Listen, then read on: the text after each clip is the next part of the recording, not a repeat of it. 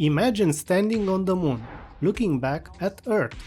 It's been over 50 years since humans last did that, so why haven't we returned? Today we're breaking down the myths and the real reasons behind our absence from the moon.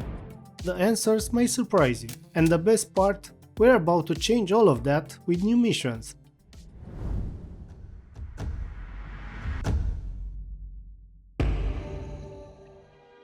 Let's take a trip back to the Apollo missions. The first moon landing was a giant leap forward for humanity. But after that, what happened?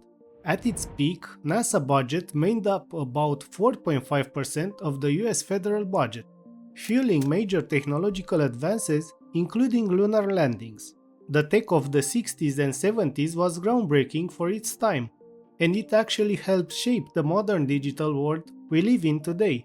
You could argue we wouldn't have smartphones or advanced computers without those early innovations. But after Apollo, funding dropped and priorities shifted. In the 1980s, NASA shifted focus to the Space Shuttle program, which emphasized reusable tech and long-term missions in low Earth orbit. But progress comes with its challenges. Recently, the new US tariffs have sparked concerns over the cost and materials needed for space missions, which could slow down international collaborations. It's no longer just about rockets, it's about the cost of keeping them moving. However, the goal of returning to the moon never disappeared.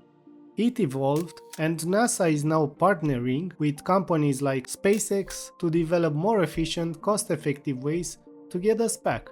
And guess what? The Artemis program is gearing up to bring us to the moon, this time smarter and more future-proofed. Interesting fact, the Apollo 11 lunar module, Eagle, had a computer with just 72 kilobytes of memory. That's less than your phone or computer uses to load a single app, yet it got astronauts to the moon and back. Some say the moon is too dangerous to explore, citing radiation, extreme temperatures, and even the abrasive lunar dust. Yes, these are real challenges, but also if we can operate robotic missions on Mars, a far more hostile planet, surely we can create safe conditions on the moon.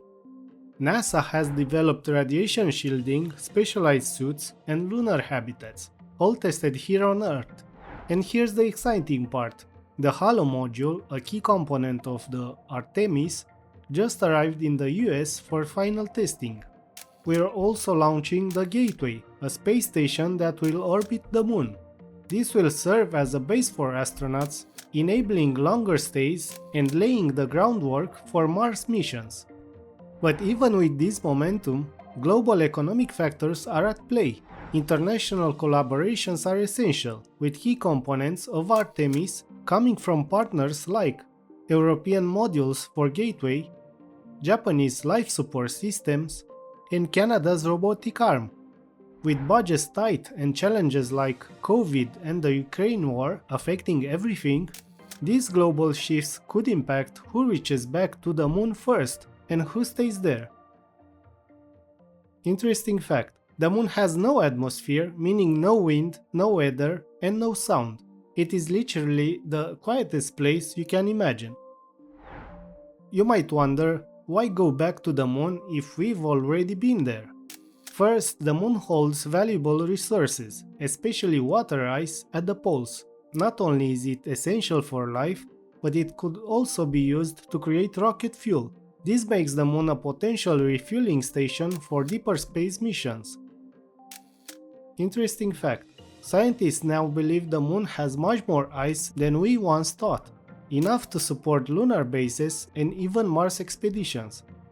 The moon is also a time capsule, preserving ancient solar wind data and clues to Earth's formation.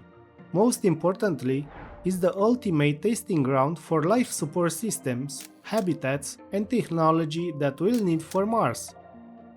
Interesting fact, Artemis will land the first woman and the next man on the moon. It will be the first time anyone sets foot on the lunar surface since 1972. And this time we're going beyond footprints. So why we haven't returned sooner? It's been a mix of shifting priorities, shrinking budgets, and evolving technology. Even today, new challenges require constant adaptation. But history shows that when faced with challenges, space agencies and private companies are always innovating. Although things may slow down, the mission remains the same: to reach new frontiers together. The moon is back in the spotlight, not just for science, but for humanity's future. Thanks for watching. Until next time.